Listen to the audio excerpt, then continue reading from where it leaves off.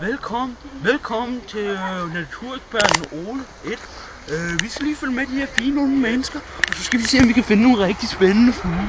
Kom. Så nu er vi på et rigtig fint sted her i Skagen, Danmark. Vi prøver lige at se, om vi ikke kan finde nogle rigtig fine fugle. Så jeg prøver lige sådan at sprede omkring området, ikke? Nej, se der har vi den. En krav. Det er helt eksplicit. De er meget sjældne heroppe i Skagen.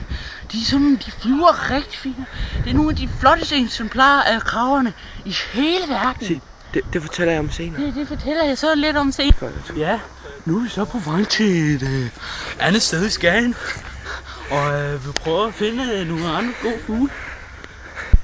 Så har vi nogle rigtig fine fugle herude, ikke? De kan godt lide at yngle her i Skagen, som man kalder dem fuldtidsfugle her i Skagen.